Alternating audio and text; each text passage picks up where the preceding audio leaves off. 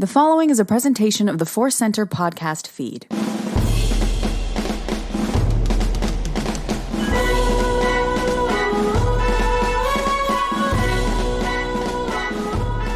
the center of the galaxy, this is the Force Center podcast feed. I'm Ken Napsok for another edition of Star Wars Rank. Me and a guest ranking things in Star Wars, and we have reached the end, for now, in our series of our most favorite lines. Oh, yes. We have taken the long journey, the original trilogy, the prequels, the standalone films, and the sequel trilogy era. And today we are going to be ranking our favorite lines in The Rise of Skywalker. And of course, to do that with me is the wonderful, the insightful, the Jedi-like Joseph Scrimshaw. I am happy to be here and try very hard to walk on the light side like a good Jedi, like this movie demonstrates. This whole project has been a ton of fun to really think about each movie, how they connect, but also just kind of the identity of the movie itself, from the fun lines to the lines that really build the meaning of the individual films. And I'm so happy to get to this one because Rise of Skywalker is a very line-rich movie for me. Line rich is a great way to describe it. Maybe we can get a Brian Ward t-shirt for that one. Just Force Center, line rich. Because here's the thing, we say it a lot to the point of it's a joke and almost become wallpaper, like you don't take us seriously. But every time we do a ranking, it is very hard. We only do 5. We do some honorable mentions. And in Star Wars, when you're ranking things, and this is a fun version of ranking, there's going to be a lot of things that you want to get to. But you just kind of said it. Like last time out, Solo, I was like, is this the most quotable Star Wars film? And then Rise of Skywalker comes along, and I'm like, this might be the most quotable Star Wars film. And what I mean by that isn't like the all-time catchphrases. I would say the original trilogy, we all grew up, not all, most of us, grew up with that, right? And even if you watch the prequels first, you go to the original trilogy 20 years ago, same. And pop culture has just lived with the original trilogy lines for so long. But The Rise of Skywalker comes along. And when I say most quotable, Joseph, what I'm talking about is life advice, humor, deep thoughts, philosophical things. Like, it's just bursting at the seams with these lines when you break them down by line. I so agree, and this will be the first of many times we're probably going to say this caveat, but we know that this is a movie that some people really struggle with, some people strongly dislike. Here on Force Center, both Ken and I really like this film, wrestle with some of our own flaws, but in the big picture, really love this film, emotionally moved by this film. And I think because it's the culmination, it has so many lines that for me are really rich with meaning about this story in this film, but also just the whole overall saga of Star Wars. And I just think it's a well-written script where they're like just a lot of zippy, funny lines as well, really quotable, fun lines. And then as always with Star Wars, some of those lines that like, when the writer typed this was not meant to be the show-stopping iconic line, but because it's Star Wars and we fall in love with weird things, it's a trap becomes what's one of the greatest quotes ever. When the fish guy says it's a trap, like, I don't think the person who scripted that was like, I nailed it. Best line ever written, right? But those lines that become sort of iconic in fandom, and this movie has a ton of those too. It does indeed. And then when you and I are making these lists for these lines, I think you and I go through the same process. You kind of just think about, all right, what jumps out without even watching the movie or looking at an article that you can type in best lines in any movie and you're going to get an article with 50 best lines from Pee-wee's Big Adventure, which I can list those. We do that, and then a lot of times what I've discovered, particularly with like Solo, was a big switch, and even Last Jedi. Lines that I was like, 100%, I'm going to have this line in here, and it's going to be maybe a top 1 or 2 line, makes my honorable mentions list, because when I'm focused on it on a line-by-line basis, it hits me in a different way than just taking in the movie overall. The lines that I can apply to my life, lines that didn't hit me in the theater as much as they do now. There's just a lot of things to choose from there. Yeah, absolutely. One of the lines that I thought was going to be like my absolute favorite got bumped to honorable mentions because there are so many. And you look at your list, and for me, like I want to represent a little bit of all the flavors of the movie, if at all possible. We put a bonkers amount of thought into these. Bonkers indeed. So let's not hesitate any longer. Let us go back to December of 2019, so long ago, and episode 9, The Rise of Skywalker. We're going to work our way from 5 to 1, beginning with Joseph's number 5.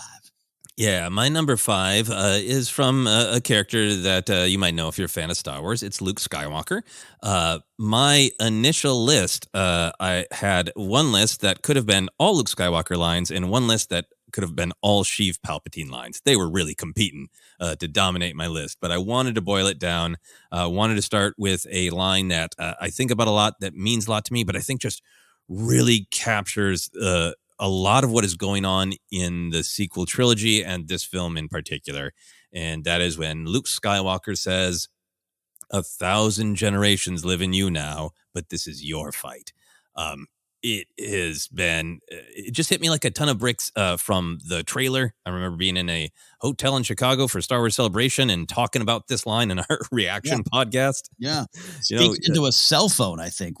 Yes. Yeah. And just, yeah, I loved the line in the trailer. It exists in the film as well, but it's slightly varied, but it's the same message. And for me, this is just great, wise pulp writing. That Star Wars has a kind of pulpy adventure serial where sometimes characters can talk in a sort of heightened, not a everyday, vernacular, and it has that great flair. So it sounds deep and meaningful. Of 1,000 generations live in you now, but this is your fight. So I love just kind of like the tone of it, the flavor of it, the fact that it's Luke Skywalker is now the holder of wisdom. He went through his journey of challenge in The Last Jedi.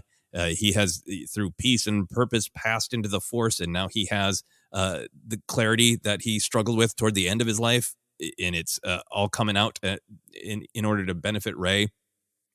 But the actual meaning of this line, right? 1,000 generations live in you now. I always argue that Star Wars always has been a generational story. The very first story, Obi-Wan is mysterious about this lost past. Luke wants to become a Jedi like his father before him. It's always had an element of nostalgia in the generational.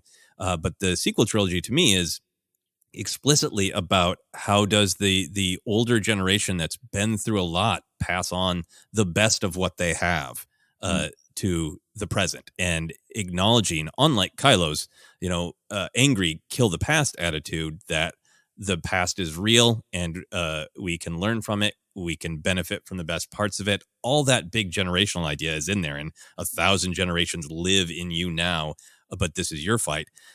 But also, to me, one of the reasons I love Rise of Skywalker is I think it supports two central ideas in Star Wars. And one is this whole kind of a symbiont idea that we are all connected. Through the Force, we are all one. What happens to one of us matters to the other. So this idea, like, the past isn't some long ago thing.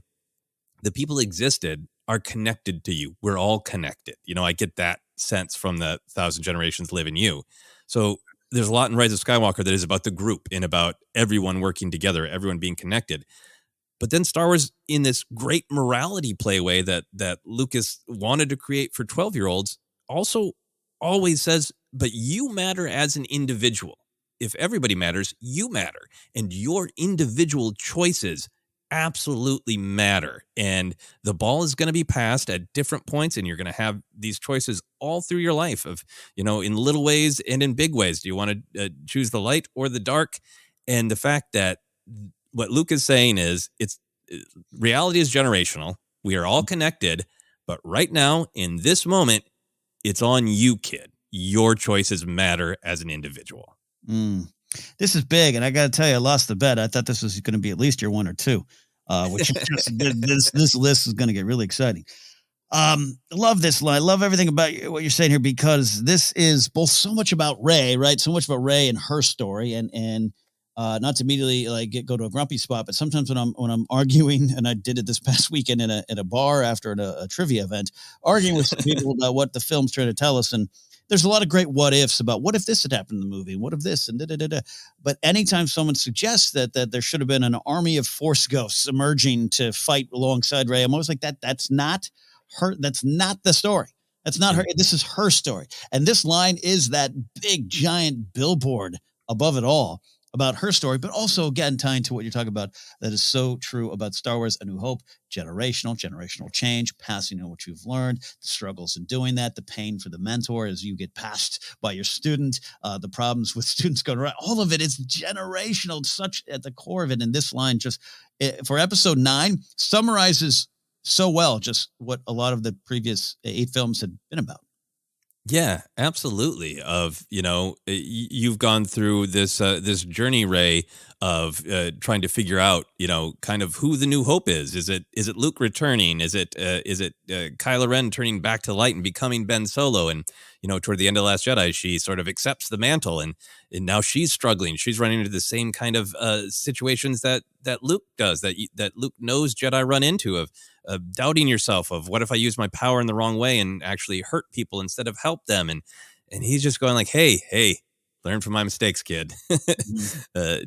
You offered me the saber, and this is the moment. It's your saber. Both sabers are yours, and this is your fight. In that, you're the young person. This is your moment, but also that great connection of like, you also have to face your demons. Like, yes, you are going out and saving the galaxy and inspiring hope because you're a Jedi, but this is, your relative who's trying to manipulate you and is haunting you and that you're afraid of. Go face that fear. This is your fight on multiple levels. Face that fear. Great thing, because one of the things I take from this line, especially in hearing you talk about it even more, Joseph, is it's inspirational, because despite all the problems, despite the big choices in your past and the big choices in front of you, you're here right now, and this is your fight, and all these generations leading to this. That's an important place to be. And even though there's fear in front of you, you might be overwhelmed, you might be a little scared. That's okay. You're supposed to be here. And I take great inspiration in that.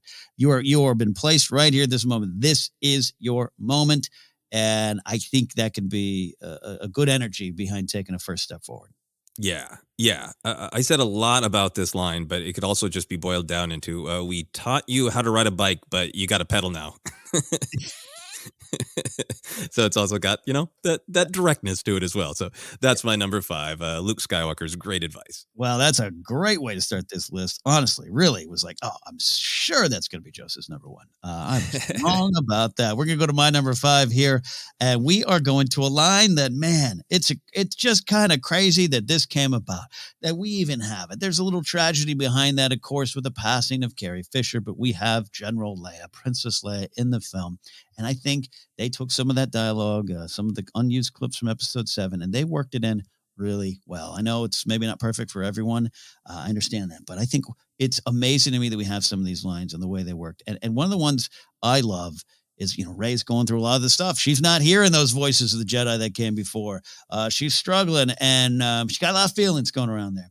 And I just love when Leia tells her, don't tell me what things feel like. Tell me what things are. Now, this is not to deny feelings or anything like that. We got a lot of feelings coming up with Finn, but I just love, this is a real straightforward, put it on a bumper sticker kind of way to be here now, so that you can deal with what's there now, or even connect with what's there. You might be so down on yourself and you're feeling like this, but that's not really what the case is. You might feel you're failing to connect. You might be blocking your own soul, your heart, your mind from connecting to those voices that came before, as Rey's trying to do here. And you're getting so ahead of yourself, and you're so just kind of crushing your own soul here. Just stop, slow down, and tell me what things actually are. Tell me what's going on. Then you can deal with that, not what you think it is. It's just this philosophical words of wisdom from Leia, and I would expect nothing less of a Jedi master and teacher.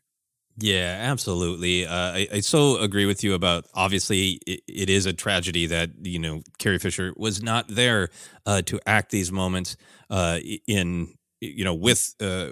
Daisy Ridley actively shooting Rise of Skywalker. But I am so glad it's there. We've talked a lot about how much respect Rise of Skywalker puts on Leia as this great maternal figure of Star Wars, as a military leader, but also a Jedi master. Yeah, It's so powerful to see her legacy really be equal to Luke.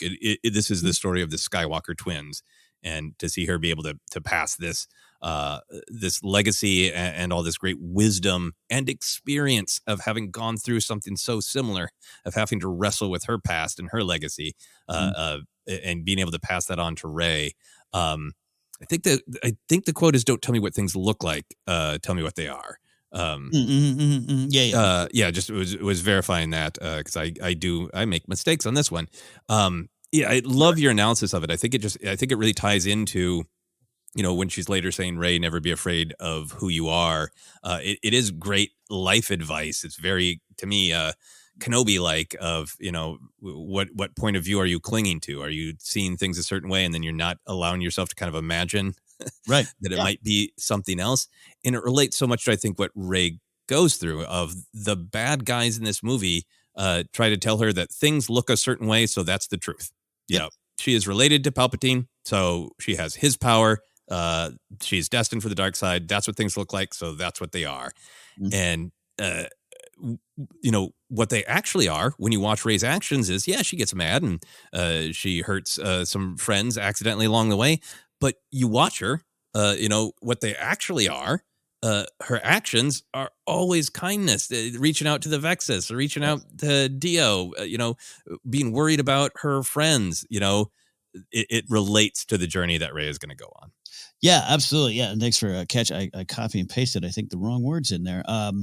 Yeah, no, especially with Palpatine. I mean, it's a big one with Palpatine. Like, guess what? The only thing you got now is your grandfather. Come on home. Luke had his dad. His dad said, "You ain't got that." And it's easy to believe that, right? It's easy to believe that line with Kylo. I still think it's a real misrepresented line in pop culture discussions around the rise of Skywalker when he says, the whole thing about you don't have your power, you have his power. You're Palpatine. Like that is such a lie. It's such of him saying, look what this looks like. And that ain't the truth, man. That ain't the truth. And it is lines like this. So this line from Leia, again, for them to have this line, to have it exist on a cutting room floor and to, out of that tragedy, build something new and build something as best they can. I really am thankful we're able to get this kind of line. It's a big line for the film. Yeah. Super important. Great wisdom from Jedi Master Leia Organa. Absolutely. She knows what she's doing. She's got some skills. She's got some knowledge. She's been around. That is my number 5. We are just beginning here, looking at our favorite lines from Rise of Skywalker. Up to your number 4. My number 4 is, we often do here on Ranked, I'm combining 2 lines, so I'm sneaking an extra one in. I was really looking for, asking myself honestly, what are my favorite lines that represent this huge thread in Rise of Skywalker? Obviously, the idea of compassion and being stronger together and making it through because you have your friends with you and have people to support you, and together is better and stronger than alone. It's all over Star Wars, right? Yeah. But it feels to me like Rise of Skywalker just wanted to say, what is the ultimate idea, right? Yeah. And one of those ultimate ideas is how much the feeling of being alone and separated and doubtful. That's what the dark side wants. They want you to feel alone and frightened. And Rise of Skywalker, in actions and in dialogue, says again and again, literally, this is how we win. This is how we become our best selves, is by embracing a view of the world of connection and supporting one another. So 2 of the lines that do that, I felt okay picking 2 lines because it's all about not being alone. So I didn't want any of these lines to be alone. That's a good cheat. That's a good cheat, sir. It's a pretty good cheat. That's a Kenobi level of equivocation. It is. This one always cracks me up. It made me laugh in the theater. It's a funny line, but it also has the heart of this and makes that idea explicit right at the beginning when, Rey has accepted that she's been holding back, training herself to perfection and needs to just go out there and deal with this. And they've got the Palpatine threat. They got the hour countdown and she says she's going to go alone. And Finn's like, no, I'm going to go with you. And when she specifically says, no, it's too dangerous, I got to go alone. And Finn says, yeah, alone with friends. Just a great straightforward joke, but it's so the spirit of the film.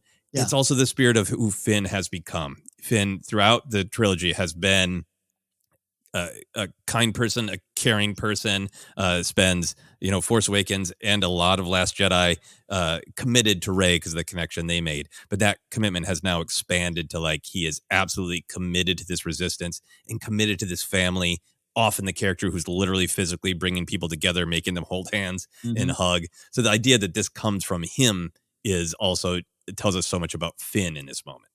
Oh yeah, as far as the Finn side is, otherwise it's a great delivery by Boyega. That opening parts of he's got some great deliveries all through the opening parts of the film. But yeah, to track his thing, and someone so changed by connection, Force Awakens, but how he goes through a process to push out those connections to other people, right? Push out the power of them, push out the need for them, and to see where he gets to Rise of Skywalker. It's a great use of it. And again, it's coming towards the beginning of the film. It's one of those. Are you paying attention? This is what we got going on in this film.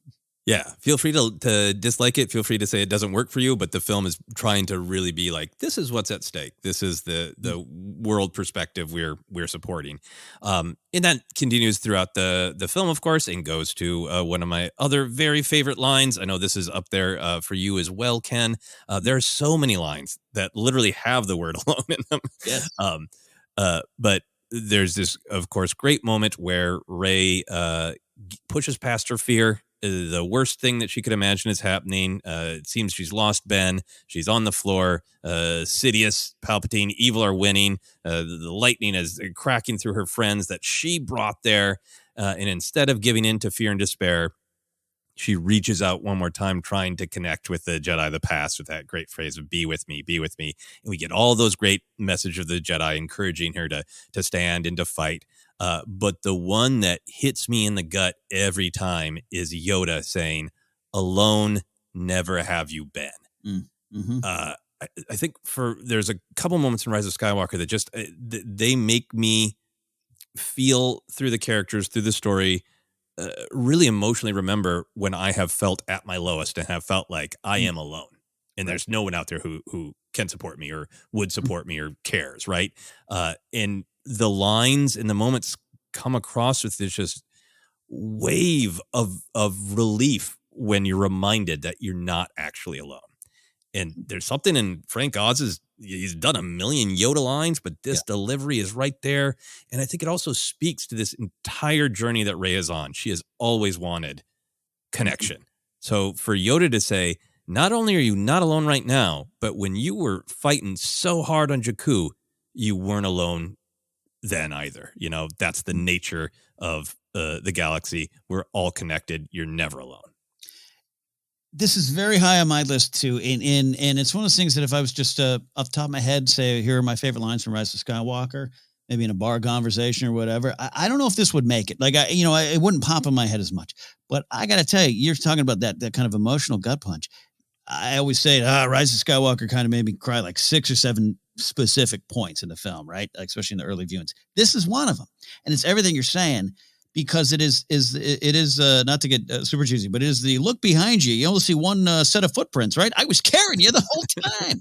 Yoda's saying, but jokes aside, it hit me in that regard. It hit me just how we've all been there. And Star Wars is going to hit you in your life, and it's going to hit you your lowest and lift you up. And I always say that Rise of Skywalker is the most spiritual Star Wars film for me. It is a little bit like going to Star Wars church for me, my personal take on it. And this is one of those lines, man. Everything that Rey's been feeling in this moment and reaching out, and she makes that connection. And so, you're so right. The way the sound kind of almost just vanishes, and this comes in, and it's so clear. I wasn't worried about, was that Luminara and Dooley? Was it, is that Qui-Gon? That had disappeared in this moment. And just to hear Yoda say, "Alone, never have you been." Oh man, that got me. It followed, Luke Skywalker kind of bring it all home, with some big, Force be with you, always type of stuff.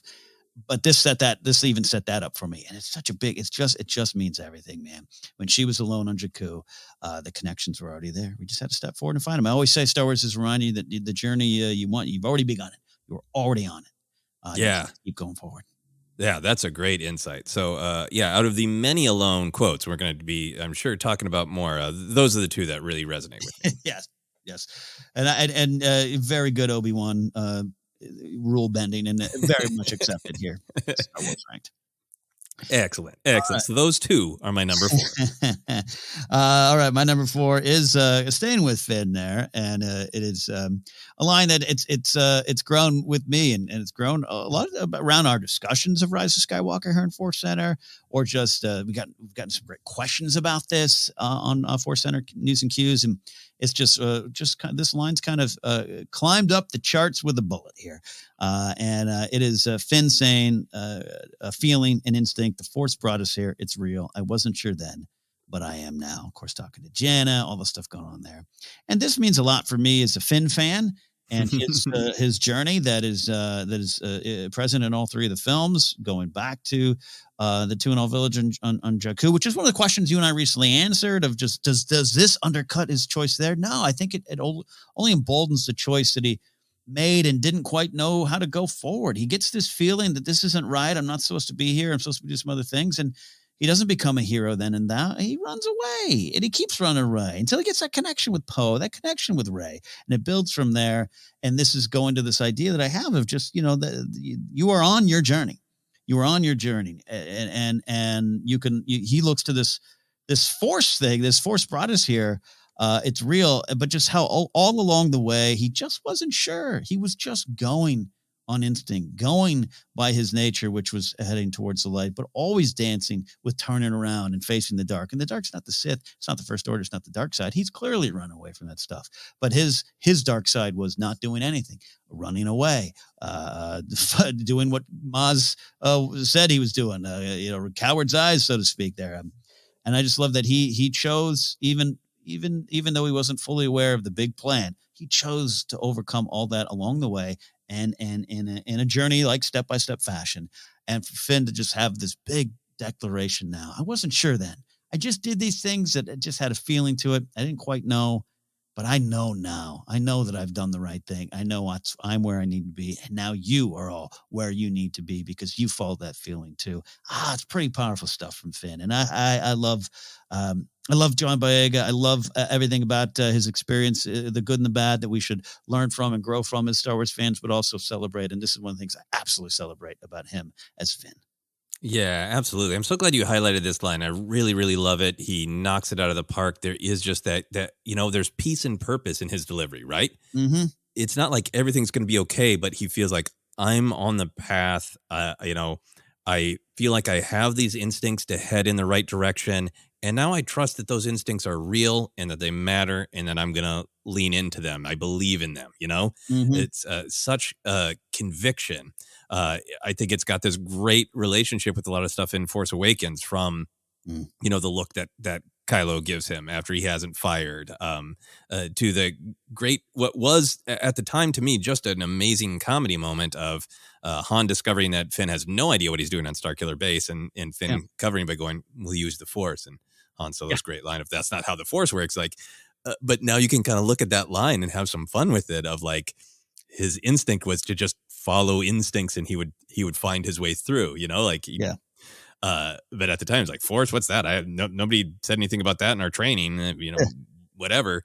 Very poor, kidnapped, indoctrinated young Finn, being told what to believe, and now choosing this belief is really, really powerful. It's so on the surface in Rise of Skywalker that these soldiers are kidnapped. It's brought up a couple times explicitly, that the children are being taken and will continue to be taken. So the fact that he's really stepping away from that indoctrination and saying, I trust what I believe. I trust this family that I've found. And I see that in you immediately as well, Jana, and that relief of yet another moment where people find out they aren't alone. Both Finn and Jana thought they were some of the only who had ever done this. So to be able to, you did that too. Wow, that's so great. And I watched most of the film to review for this. Kind of skipping past some parts where there wasn't as much talking. It really occurred to me on this viewing that, there's a lot of understandable criticism that it's really teed up that Finn is going to say something specifically to Rey. Yeah.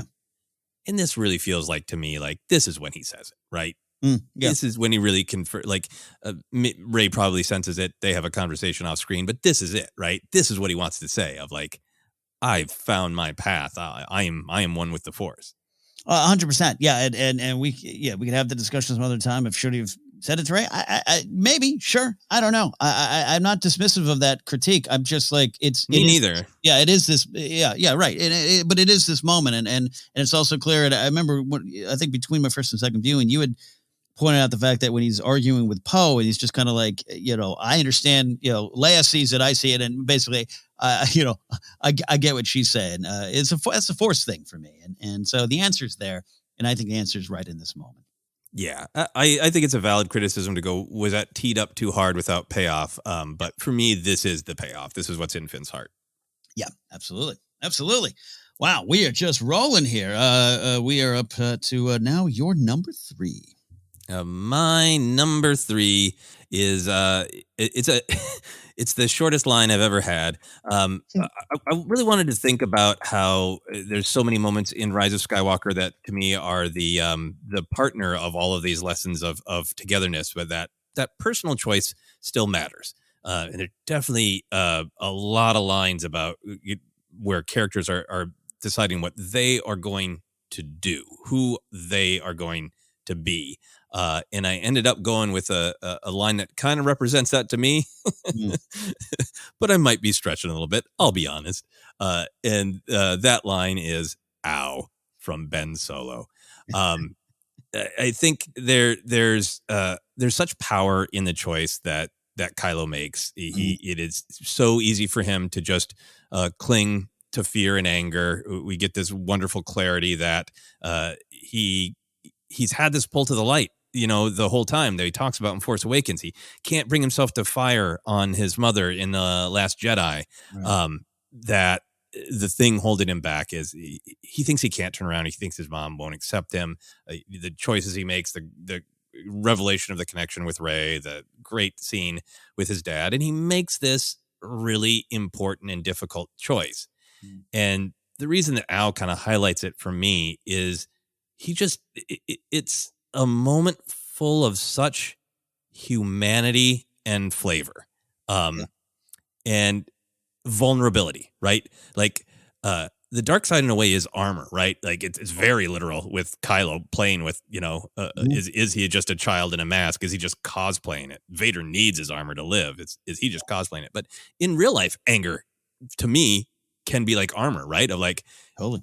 If I assume you're going to hurt me and I just lash out and I'm just ready for a fight all the time and I'm always in my armor, then no one can hurt me, right? And taking the armor off, trusting, accepting that you're going to be hurt sometimes, it's so frightening. It's so vulnerable. And the fact that we get to see that, right? That he throws the blade away. He makes the hard choice to return to the light. And then when we see him again, not only is he, rushing to help, he's rushing to be there for Rey, but then we see this charming, son of Solo and Organa and nephew of Skywalker. It's kind of all there. But that moment, that ow, is like, it's literally vulnerability. It's literally like I'm opening myself up and, I'm not relishing pain. It's not like I'm back in the forest when I was hitting my, abdomen wound to amp up the power, It's, damn, chains hurt because I'm open and I'm vulnerable and I'm human again. And it's funny and it's charming. It's charming that that's his only actual spoken line of dialogue because he communicates everything else he needs to, just by sheer power of acting. That it's funny and intriguing to me that is Ben Solo's only line. And to me, it says so much. Look, in the great debate of how could that possibly be Ben Solo's last line of the film, which is some debates, I've heard them in person, right?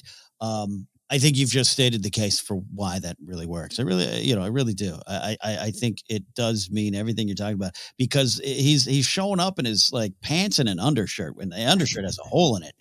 Like he doesn't even have a weapon. He's going to shrug his way through the battle. He's just there, and that's the point. That's the big decision. And ow, and the way it's delivered. It's always stood out to me. I haven't been able to explain it as well as you have here now. No, usually I'm frustrated in those bar debates.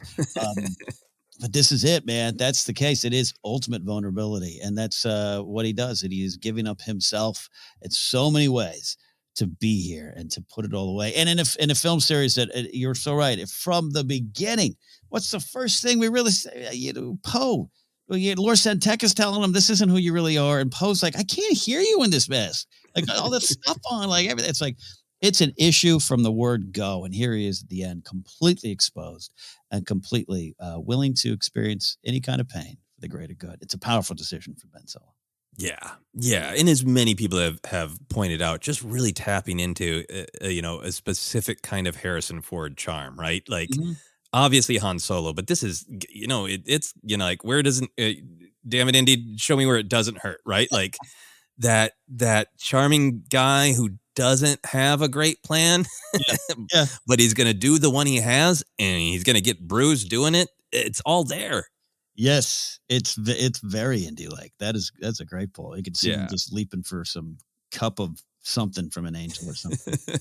Exactly. So that's my number 3. Ow. Ow, indeed. Great number 3. My number 3 is from Lando Calrissian. There's a few choices. One I mention all the time. Another one that I actually think in the end is more powerful on its own. And this is the line Lando says to Poe, when Poe's just openly wondering how he can do this is at the foot of Leia as she has passed away. Oh, it's so sad. Such a great scene. And Lando emerges from the shadows saying, we had each other. That's how we won. Going to the big things. This is not quite saying alone. He didn't say, hey, we're alone. We had but it's into this theme. There's so many things that I think get Lando to that point. You and I have discussed in the past of Lando thinking his flying days are done, and there's a lot about what you are, the past. Almost like Leia's saying that. No, don't tell me what it looks like. Tell me how things are. And Lando's like, what it is we're going to fight again. But anyways, all that's almost a different conversation. Him emerging from the shadows. I just love that. It's just so comforting. And I take it a little bit. It's a meta moment indeed, because it's Lando and he's talking about those films I grew up on. and that's his analysis. That's his analysis of him as he tries to analyze it. Of just going, those great stories of yesteryear. We won. We destroyed that Death Star, that second one, and the first one. We had that celebration in Endor because we had each other, and that's at times all we had. We had each other, some sticks from some bears in the wilderness. That's all we needed, and that's how we won. And I love it as a meta Star Wars commentary on the films I love for my entire life. I love it for what it means for this movie and this big theme of connection and having faith in that. And Poe's still going to be challenged by that. He's still going to have to really put that faith into action. But it's a great line. And the fact, again, just it's Lando, man. And I love that, Lando, it took a while. And I'm glad we didn't, in the end, I'm glad we didn't get Lando until 9, because the way it ended up being used was really effective for me. I would have loved him in 7. I agree with Ryan going, I could have put him in Canto Bight, but what's the point? I don't want to waste this character. Yeah. That was hard. That was hard to take as a Lando fan. I'm a big Lando fan. But when we finally got him, it was really just pound for pound, really effective to have him there. And this is my favorite one. Yeah, absolutely. This is such a great pick. There's so much about this line in this moment, right? It's Poe's doubt and that older generation being there for you. It is like, this is a kind of Lando in a way saying like 1,000 roguish pilots live in you, Poe. But this is your fight and you're not alone. We got your back. But yeah, that moment is a moment of advice, but it is a moment of revelation that Lando went on a similar journey that we saw both Han and Luke go through in the sequel trilogy of feeling worn down, but going like, no, the younger generation came along and reawakened me and reminded me that I got to get in there and do my part still. And then I can pass on this wisdom to them. So it's it's a victory moment for Lando for doing the right thing, for showing up. Yep. And then, it's exactly what Poe needs to hear. It is a celebration of this big Star Wars theme, this theme of in Rise of Skywalker of everybody is better off together. But then, it can just sound like, hey, Lando's being smooth. He's got a line. But then you actually think about what happened in Return of the Jedi, right? Mm-hmm. Lando's the one who's like, trust Han. He's got this. Don't turn around. Don't run away. We're not going to get another shot. I trust my old scoundrel buddy down there. He's going to find a way. And that is actually in the film, right? That isn't just that sort of meta nostalgia. Right. There's a reason that makes sense to this character, because he took that leap of faith in trusting Han, and they couldn't have won at Endor without all those pieces coming together, all those people working together. So true. So true. Lived and learned experience there from Lando. Yeah. And his shirt is great. Shirt is wonderful. And still, one of my favorite parts of the film is him just emerging with that. He's so great. So great. Loving the trailer, loving the film. All right, that's my number 3, but that means we're up to your number 2. And my number 2 is I'm getting in a Palpatine line. Man, was it hard to pick of the Palpatine lines. But I wanted to go with one that was, for me, classic Palpatine, where it had great meaning. It showed his dark side perspective, but also made me laugh a little bit. There's so many I could pick, but I went with "Is once I fell, so falls the last Skywalker." Love it. I love it. I love it. There are lines that are maybe even more meaningful, but this one for me is it's the dark side reveal, right? That he's been playing both Kylo and Rey, kind of promising that they'll rule. I'll kind of possess you. Don't worry about it. This is your destiny. I'm giving you things you want, right? Yeah. And as soon as he gets the power, as soon as he becomes the one true emperor, that just goes away. Yes. It's always been about him, right? It's never been about them. He's just this lonely, vicious, vengeful, sad old bag of evil. And this is so petty, right? Of like, yes, well, if I fell, then I guess you're gonna fall, right? This is like the real, like. So, I was gonna actually jump in and say I wish he followed this up with pettiness, unlimited pettiness. Yeah. I was gonna continue to make real world illusions, but I don't need to. It's petty. It's so petty. Whatever you believe is petty in the real world, fill in for yourself. But it's also, like so many things in Rise of Skywalker, it's got that pulpy, mythic feeling, right? Like Palpatine, particularly as the Emperor, as Darth Sidious, almost always speaks this way, sort of heightened operatic way. But it really is using this idea of falling. You know, we talk about Anakin's fall and the Jedi's fall, and it's both metaphorical and, in this case, extremely literal. Yeah. In the pettiness of like, I literally died, had to project over here and do clone BS for decades. So I'm going to do the same to you. So that literalness is there, the mythicness is there, but then the glee of the last Skywalker, right? Like, he has used and manipulated generations of Skywalkers, and they've never been anything to him but useful tools. He hates them, right? Yes. He doesn't want there to be anything but Palpatines, right? Yeah. He doesn't want there to be anything but him. Yeah. He's the one true emperor. So that idea that he can finally just like drop the bullshit and go, I haven't liked any of you. Just every second I had to spend smooth talking Anakin and his bratty son. Oh man, goodbye, Skywalkers. Yeah. No. Go for it. I mean, it keeps in line with a lot of stuff you and I celebrate in Revenge of the Sith, where he's just for so many films, episodes 1 and 2 and most of 3 being like, I'm just a nice little old politician, man. And no. It's just keeping with the way of Palpatine. Yeah. And then for me, again, this is another thing that I know fans wrestle with or just straight up don't like. We respect that opinion. But I like that this explicitly cues up the title to have multiple meanings, right? Mm-hmm. So falls the last Skywalker. Ben Solo is the last blood Skywalker. And he literally rises from this fall, right? We literally see that mythic shot of the hand coming up and rising from the fall of the last Skywalker. Yeah. I think that the title has multiple meanings. I think it's about Rey choosing to carry the mantle forward. I think it's about Leia finding victory and helping to turn her son. I think it's about Luke finding peace and purpose. I think it's about I think the title Rise of Skywalker for myself is about every Skywalker, but this one is literal. Yeah.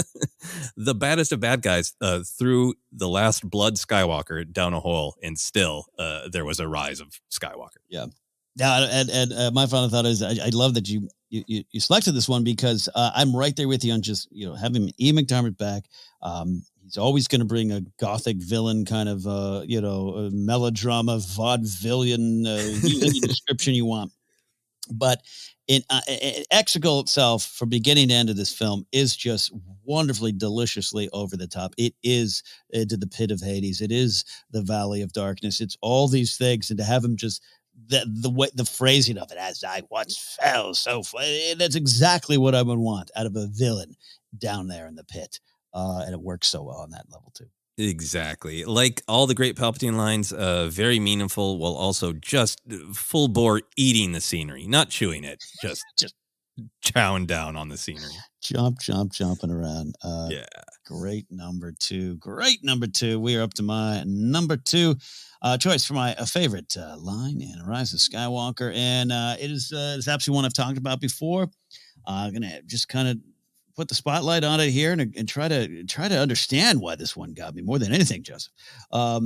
So we talked about Lando. We've had each other. That's how we won. And then I love, and I know you love too, and I'll probably throw it in the honorable mentions too, but there are more of us, Poe. There are more of us. Oh, man, I love that moment. Oh, the nerd chills and the music and Poe coming crested over the Star Destroyer, seeing all the help in the galaxy. Oh, my God, I love that. But you know what really sets that up for me?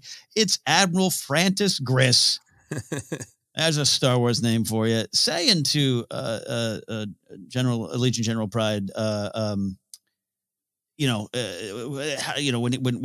Richie E. Grant asks, how could they be doing this? They don't have a Navy, and just Griss saying, it's not a Navy, sir.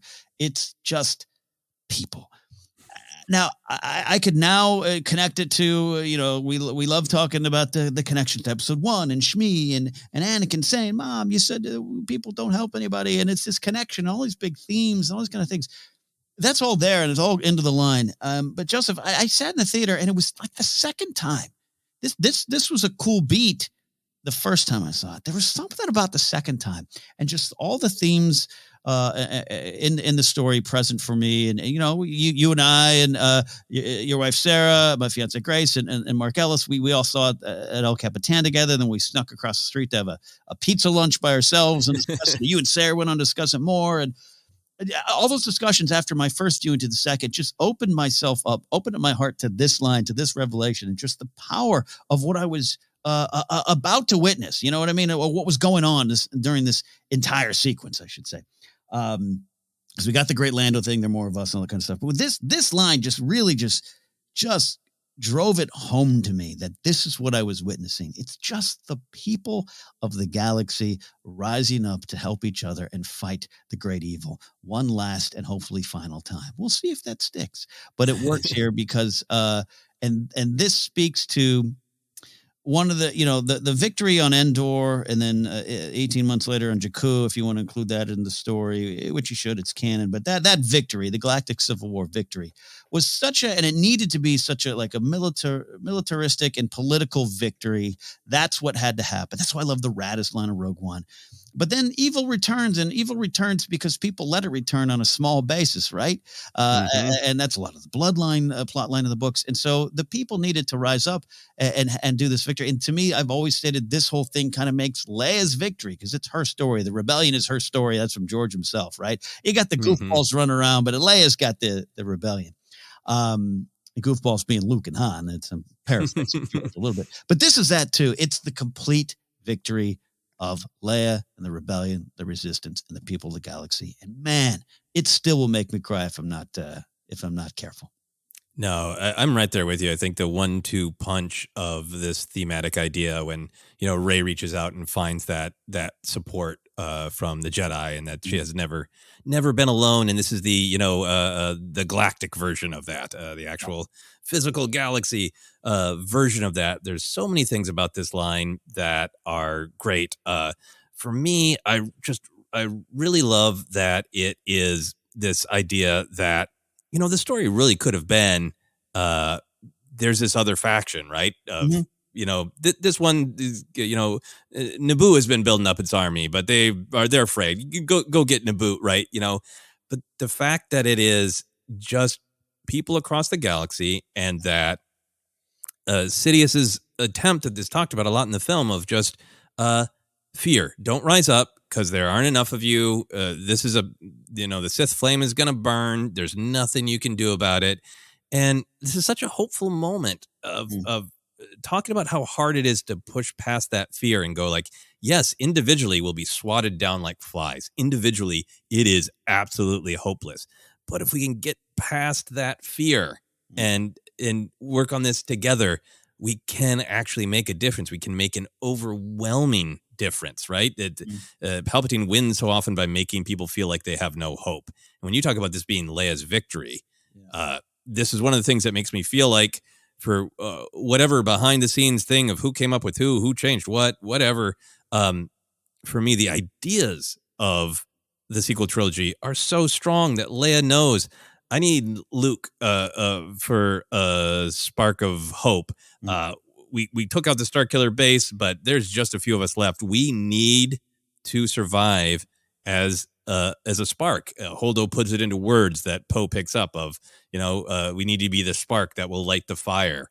And this is the fire, right? They managed to keep hope alive. Lando smooth talked the galaxy somehow. Yeah. With a really awesome excerpt of the Calrissian Chronicles, one would assume. And this is the fire, right? Yeah. And then for me, I think the reason this line really resonated with me, it hit me emotionally, but it also really kind of hit my analytical, thematic brain, right? Because Star Wars can dance around having this sense of, well, the people who are born with the Force, the people who are in the dynasty are the ones who really make a difference, right? Because there is so much about Anakin's the chosen one, Luke's the new hope, right?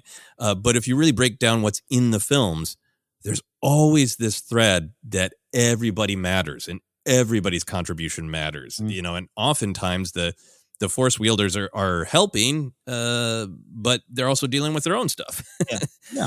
And to me, this is like, you look at A New Hope, right? And Luke is the one with the power. He's the one who can make that shot, right? Yeah. But he only made it because everybody sacrificed in Rogue One. And he wouldn't have made it if that one scoundrel who said, not us, me. Yeah. If that one scoundrel hadn't turned around and helped and shown up at the last minute, that'd have been it. And it doesn't matter how special or powerful Luke is. Yeah. And this moment is Han turning around in A New Hope times thousands. Literally thousands. Yeah. Yeah. And it's right there. It's plainly stated. And his delivery, the choice, I have to look up the performer. His name slipped my mind right now, but just that pause of, it's just people. It's so effective for me. It's so much about the bad guys not imagining that this could happen, right? Yes. Well, that's not the way I mean, these messages are bold and direct, right? And it's easy to maybe be cynical about them or go, like, is that realistic? Like, it's a morality tale about hope, right? And it is that hope that people could get past the fear and come together like this, and that is what makes it so powerful and such a message of democracy. Yeah. And not just, this is again one of those really important moments that individuals matter. Rey's choice of how to use her power matters, but it also matters that everybody works together. It really does. And I hope I don't have Admiral Francis Griss reminding others when it's too late. All right. Exactly. There you go. That's my number 2. That means we are going to take a quick break. On the other side of the break, we're going to try to run through as fast as we can many, many honorable mentions and then get to our number 1 choice for our most favorite line in The Rise of Skywalker. Stick around for Star Wars Ranked.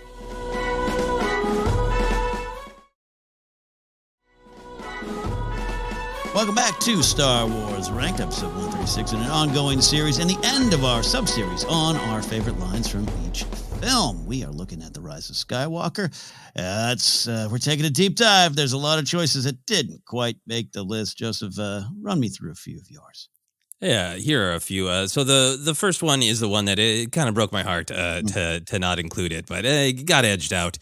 Confronting fear is the destiny of a Jedi. I love this line from Luke. I love everything that's happening on Octo, where he is, saying it was fear that kept me on this island. What do you fear? We all got to face our personal fears. Yet another great line that sounds so heightened and stylized. Confronting fear is the destiny of a Jedi. But it's also like, I can use that when I'm, talking to friends or sending an email or trying to decide if I'm kind of tired and grumpy. Do I want to go out? I'm like, yeah. It's such a helpful line. I just love it. Another one that is high up there for me in the lines that the Jedi share with Rey is Kanan's line. In the heart of a Jedi lies her true strength. Who would have thought when Rebels came out that that character might have one of my favorite lines in the final Skywalker saga film, but it's delivered with such conviction. And I also just love it ties to everything that Leia has been trying to say to Rey, and what Luke emphasizes as well, of like, don't let anybody else tell you who you're supposed to be based on blood or family history or any other thing that people want to make up. You choose who you really are. And the truth of Rey is that she is a strong, kind person. And I think this line gets to that. Another one for me, I know this is a big one for you too. Part of it is just the delivery early in the film. When Finn asks their informant Bulio, what they can do to help, and he says, "Win the war." Mark Hamill at his best. Might be his best Star Wars line ever. No. Yeah, the Rise of Skywalker does a lot of work to just really like remind you, like, good, bad, or otherwise. That's what's at the heart of this. It's a war, it's a battle, and one, you got to stop the First Order, the Final Order, Palpatine, and just the tone of that, straight out of a 1940s movie. Like, you want to do something for me, Bucko? Win the war. Love it. Yeah, there's the war is all over the place. It's the actual war. It's hope versus fear. It's everything. So win it. Yeah. And then a couple of just kind of fun lines, because I always like to include those because I think there's some great zippy lines, very much like it at the beginning when there's the banter between Poe, Finn, and Chewie playing Dejarik, and Poe's got the line that says, "You're 250 years old. Of course you're better than us." Great delivery on it. Great delivery and great just kind of through line with Chewie's age and his relationship with holochess. Makes it awesome. A Zori Bliss line that I really like that's just fun and zippy when she says to Poe, "Who are you hanging out with that speaks Sith?" Yeah. Down to earth and gritty of like, who gave you death sticks? What are you up to, man? Yeah. A controversial one, but that I have come to love is Beaumont Kin's Dark Science, Cloning, Secrets Only the Sith Knew. I think this is a valid observation to criticism that it's not clear in the film that Beaumont Kin is a historian. Yeah, right. And knows the way of the Sith. But for me, that line can sound like clunky exposition, but I don't kind of have a problem with that because Star Wars has long had a history of slightly clunky exposition. And again, dabbling into controversy. Again, understand if you disagree, but this is he is like that is how that's how Palpatine survived. He told you. Yeah, it's right there. He told you. It's clunky exposition by a character that we don't know. Yep, I get the criticisms, but I don't know. I kind of love it for being a little clunky. It's a part of the charm of Star Wars. Is Star Wars has rough edges. It's a table that wobbles, and some of it is like beauty and perfection, and some of it's wild and weird. And I think this line is. Look, my only complaint is that his name is Beaumont Kin and not Beaumont Olier.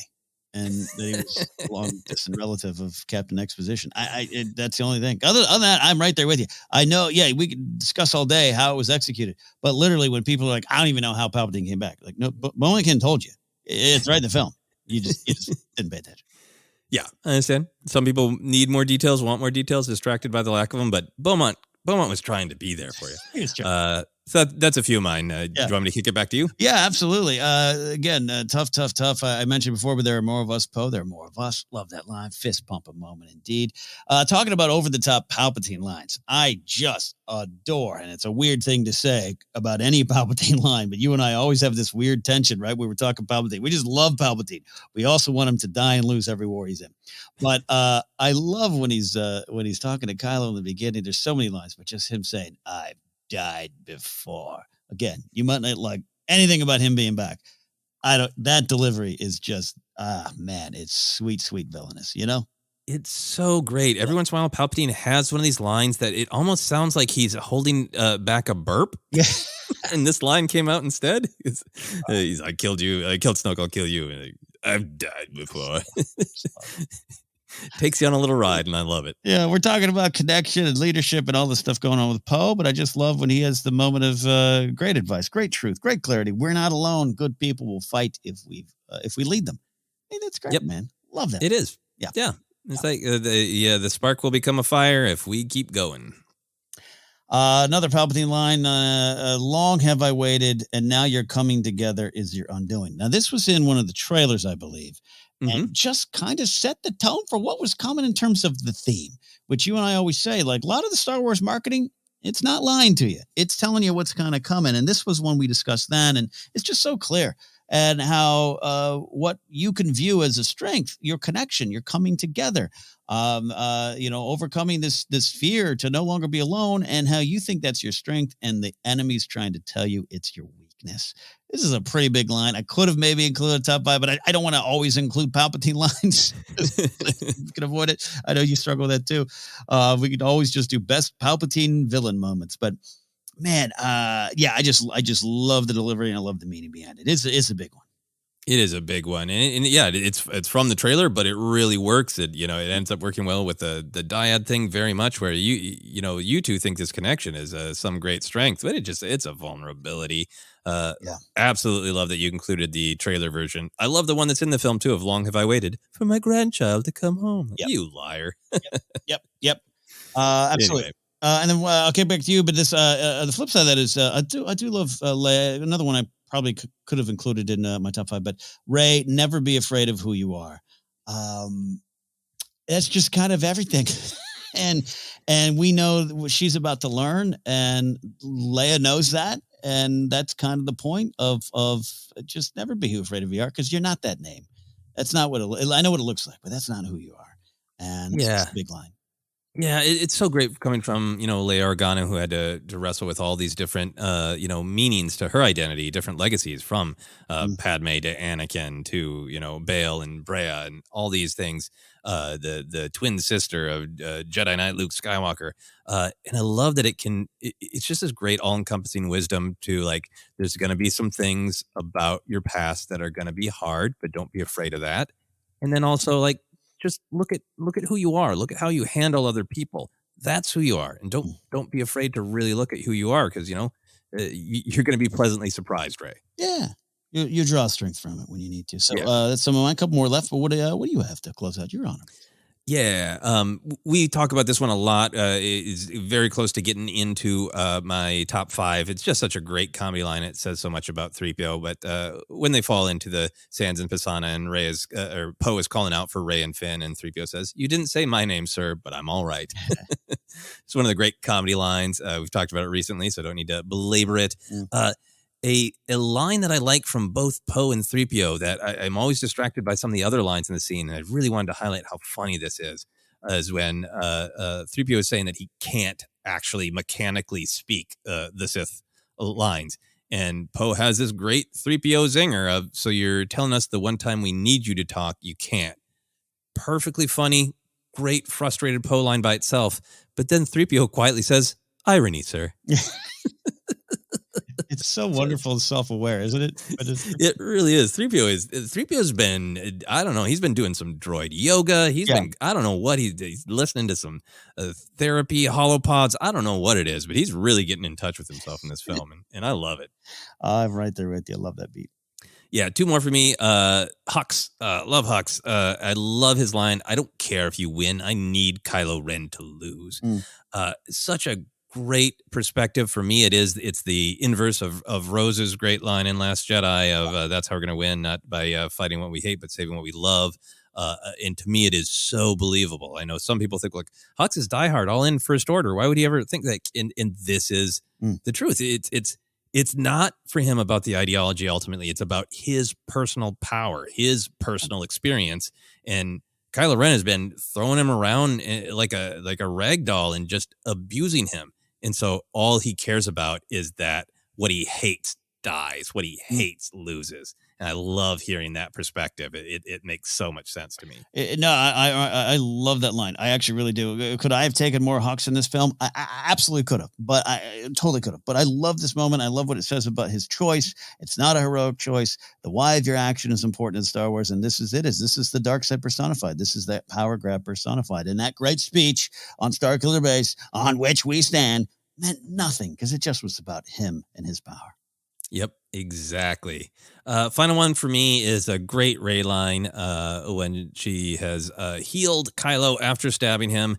She is in kind of her darkest moment. Her worst fears confirmed is once again her power hurts people she cares about. And she says, following up to Kylo earlier in the film, who said, I offered you my hand once. You wanted to take it. Why didn't you? And she doesn't answer. And now she says, I did want to take your hand, Ben's hand. So elegantly done for me. Again, I know there are a lot of big fans of Rey and Kylo Ben who are not always happy with this film.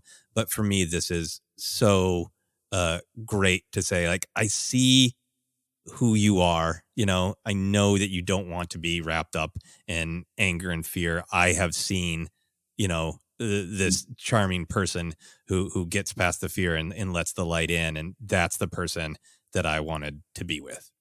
Yeah, I love this line makes me think of a lot of the Last Jedi stuff in the throne room in the big fight where she calls him Ben a lot until that final time when Ben ain't home.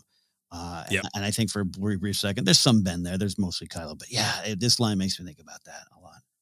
Yeah, it's great. I could go on, but I'm not gonna. That's it for my honorable mentions. That's good. A couple more for me, and then we'll get to the big number one here. I love the Zori Bliss line. I could easily have ranked this one as well, but they win by making you think you're alone. There you go. Another alone line. It's a pretty big one. I love that there. I love, I talk about Threepio. I absolutely love, there's so many great Threepio lines. I still contend Threepio's best film. I think we for many reasons, I'll say that. Yeah. I love the, when he's lost his memory and he's just like, is every day like this for you people? Madness. No, it's just funny. It's funny in the moment, funny from the character, but also, again, a little meta of this is a serial adventure franchise and there's constantly things happening. And just him going, is it always? This is nuts. You take a nap? How do you do this? Do you eat? Like what? I'm a droid. I don't understand this. I've always enjoyed that line. So this would be also such a great supercut if anybody want to do this. Is everybody like this for you people? And then just smash cut to Threepio being blown apart, Threepio being dragged, Threepio being knocked over, falling, and just everything. Madness. Love it. Then a couple more a Kylo line in the scene with Han. Actually, both of them are from the scene with Han. Kylo saying, I know what I have to do, and I don't know if I have the strength to do it. It's completely a repeat from episode 7. Of course, it's kind of the point of what's going on here. And I just think to hear it this time around, and it's not delivered entirely different from episode 7. It's just now from a different perspective from Kylo. And then, of course, his memory and wanting to go back and make a different choice. It's a great delivery. I've been, so many great performers in the sequel trilogy era. I've not been shy that I think Adam Driver's my favorite. There's time, but believe me, everyone's just knocking out of the park, including Anthony Daniels here in this film. But I just love that delivery. Love everything about it. Oh, love it. I think the film is so trying to be clear of you're just a memory. Making it plain and simple. But this line really makes it feel like he is really. This is what he's been doing. He's been raking himself over the coals and going, yep. Did I make the right choice? And that same line having those two different meanings of like, I have twisted myself into thinking that I need to kill kill the past in order to become what I was meant to be. And it's hard for me because I still feel the pull to the light, but he's got to go if I'm ever going to become what I'm meant to be, like this awful, like me versus this great, like, I want to let go of the fear. I want to let go of the anger, but it's so scary. It's so hard. It's so beautiful. Love it. And then Han's line, I got to be honest, I almost put this in my number one just because I think it also has a connection to some of the bigger just plot the rebels, the resistance, everything that Leia stood for. And it's Han saying your mother's gone, but what she stood for, what she fought for, that's not gone. I just think it's pretty powerful for the Star Wars story. And one of the things that I think moves Ben forward in his mind, that just, with this idea that he can't go back, it's been one of his fears of just feeling he can't feel the unconditional love from his mother. It's big there too, but it's just one of those big, it's a soft, warm slap in the face for me, from Han to Kylo to Ben. It really is. Yeah. It ties into so many great big ideas of Star Wars in general, but the sequel trilogy in particular, of, your actions mattering, people being symbols, the great refrain of no one's ever really gone. It ties into a lot of great stuff. So there you go. That's my honorable mentions. That's Joseph's. A lot to get to, of course. But let's get to our number one choices here. This is our number one choices for our most favoritist lines, as we always try to say it like a hobbit, in The Rise of Skywalker. I'll go first so Joseph can close the show with his number one choice. Mine is, I'm going to sneak in two lines here. This is from what I recently said this in an offline conversation, because not every Star Wars discussion is on a podcast. I do love the throne room in Return of the Jedi. That might be my favorite sequence. I can give you my favorite battle. But when I think about it more and more, my favorite scene in Star Wars to date is the Han memory scene with Kylo turned Ben. Yeah. And me from my journey going back to episode 7 and discussing it here on Force Center and even Jedi Alliance, where I wasn't sure about Han's death and I don't know. And I looked at it in a different way, and some great discussions with you to open up kind of the themes that were present in that story and that purpose. The hand touch of compassion that changed the galaxy, which was something you talked about. All that rolls into this scene. First of all, I wasn't expecting it. And no spoil. I was so glad this wasn't spoiled, because when I heard Harrison's voice, I just was beside myself. I couldn't believe I was getting this one more chance to see Harrison as Han Solo. So on that level, it works as a longtime fan. But just the whole scene, the whole pain, and it all leads to Kylo. Now I would say at this point, Ben saying "Dad" with a tearful question mark, and Han just cutting him off and saying, "I know. Look, I get you could maybe say, it's the Empire line," and they do it in Solo. I think it's kind of funny and effective in Solo with the Lando saying, "I hate you," Han saying, "I know." That's funny, and I like that. I don't dig too much into that one. Leia in Return of the Jedi, they call back. They've been calling this back since the 80s. So I don't have a problem with a callback. Yeah. Especially when when it's as effective as this. And I got to tell you, when I watched it the very first time, I think I was so caught up in the emotion of the scene. I didn't take it as a callback in any level. I just took it as the moment of Kylo Ben trying to say, "Dad, I love you," and Han saying, "I know you don't even have to. I know, even though you killed me," and it's a memory. Yes, I know. Even though you killed me, I knew then you loved me. And that's why along with many reasons why that hand went up to his cheek. And I just love it. It breaks my heart. It also comforts me. It speaks to redemption. It speaks to unconditional love. It speaks to so many big, powerful things in Star Wars. And as a Han Solo fan all my life, I just love seeing it, loved experiencing it more than even seeing it. I experienced the scene a lot. And that is why it's my number one choice. Dad, I know. Yeah. Oh, well, very well said. There's so much in this scene, and I think you really captured it, and your own personal journey with it, which is so great and so powerful. I didn't ever expect Harrison Ford to be in Rise of Skywalker. But we had so many conversations, you and I, other Star Wars fans, Star Wars community, about Han's death, and I had always felt like, well, he did save the galaxy by actually helping to take down Starkiller Base.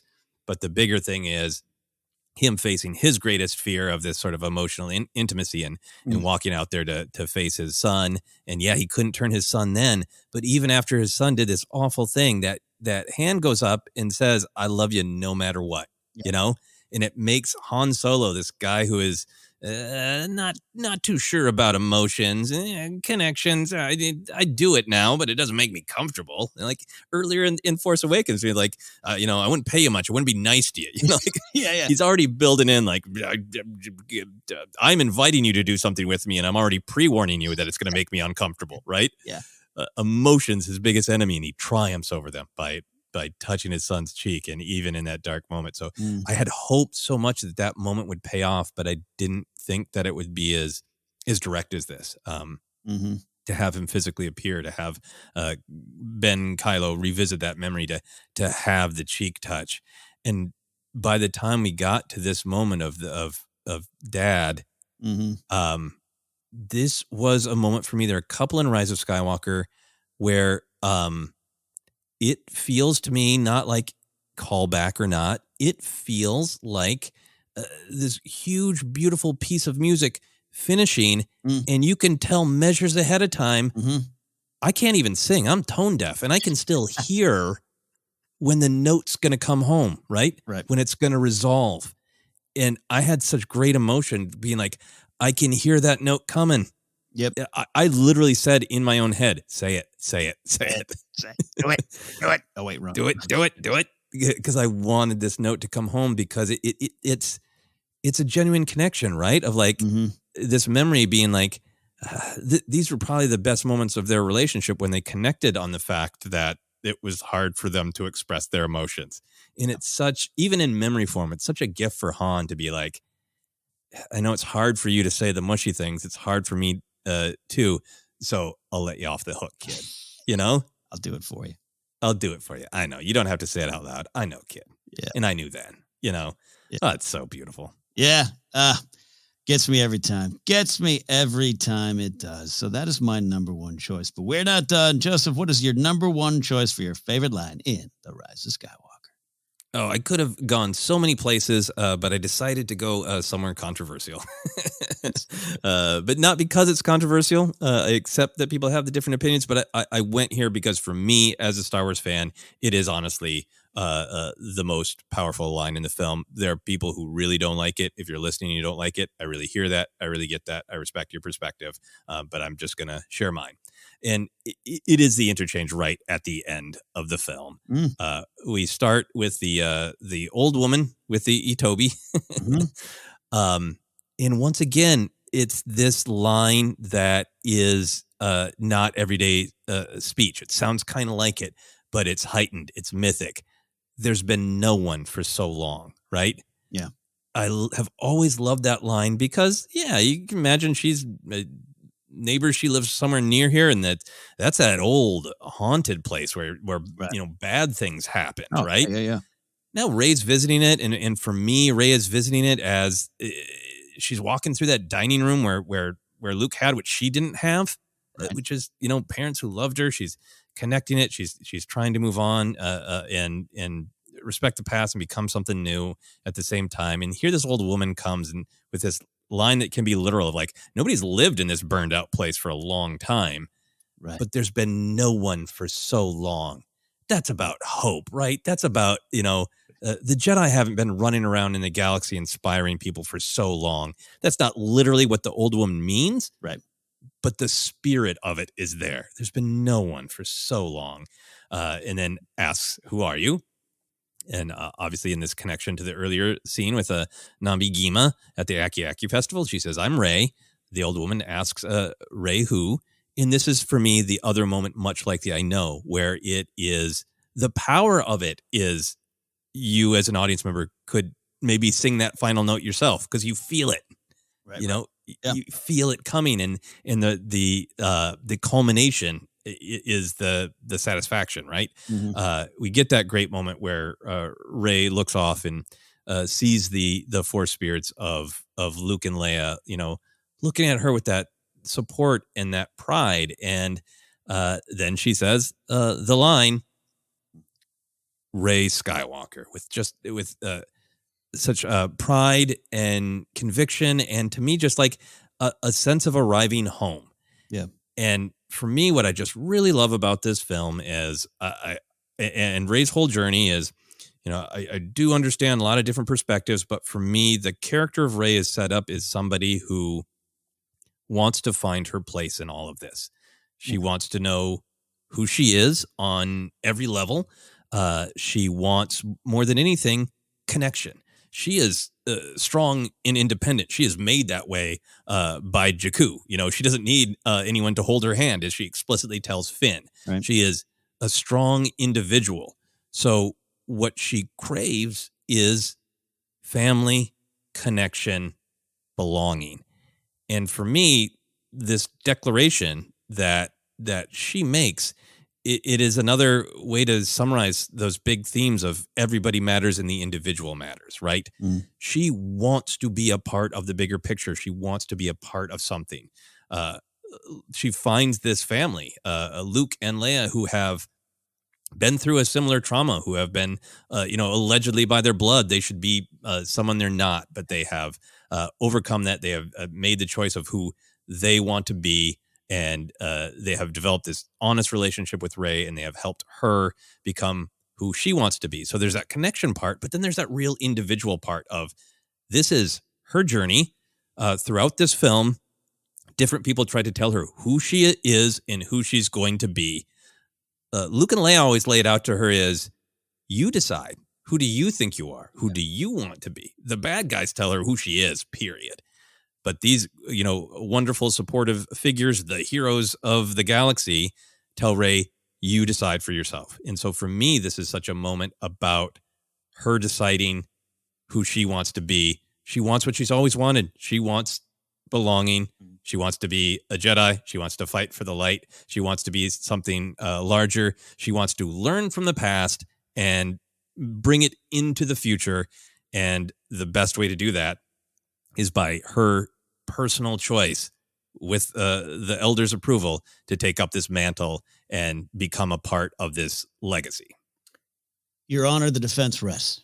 I submit that evidence into court. No, I love that you're going right at this line, because it does mean so much, and I've always kind of viewed it as Rey. Like you said, I'm summarizing, quite frankly. I'm not adding to anything you're saying here, but just the idea of, Rey was going out to find her place in the story, and now she gets to choose her place in the story. That's a great, simple way to say what I took a very long time to say. No, you take your beautiful words, elegant words to say it, and that continues to move me, despite anything about this scene. I don't even want to bring up the debates. We know they're there, and we acknowledge they're there, and we acknowledge that everything's perfect. All right, I'll say, I wish she said Rey Skywalker 1/2 second sooner than she says it. All right, here's my big problem with the film, but it doesn't take, nothing takes away, and nothing anyone can say about this in terms of a lot of anger or barbs that are sometimes thrown at this particular line or sequence. Nothing takes away what you're describing. Again, her choosing her place in the story, and I love what you're talking about, just how Star Wars is a song, and it's okay if you know the words, because that's how you fall in love with these songs over and over again. And every time I hear them, I want to sing along with them, and that's why this movie itself, specifically this movie, continues to move me. I know that's just my journey, but it moves me.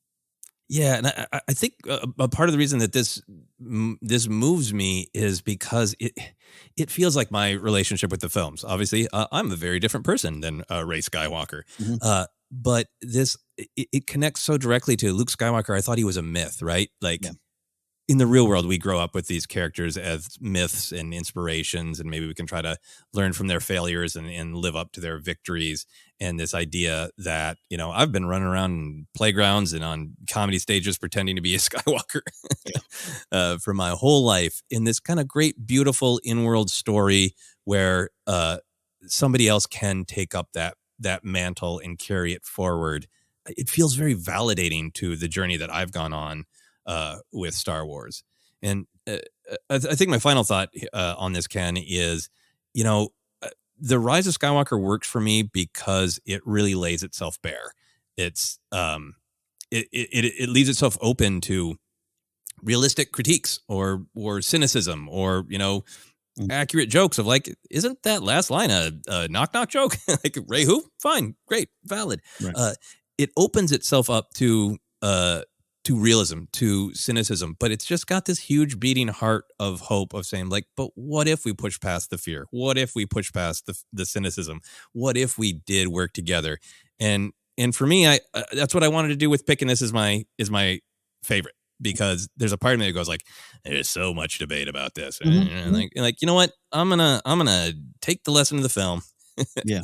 And I'm just gonna be honest that for me, this line really works, really moving, brings the Skywalker saga home to that great final note for me.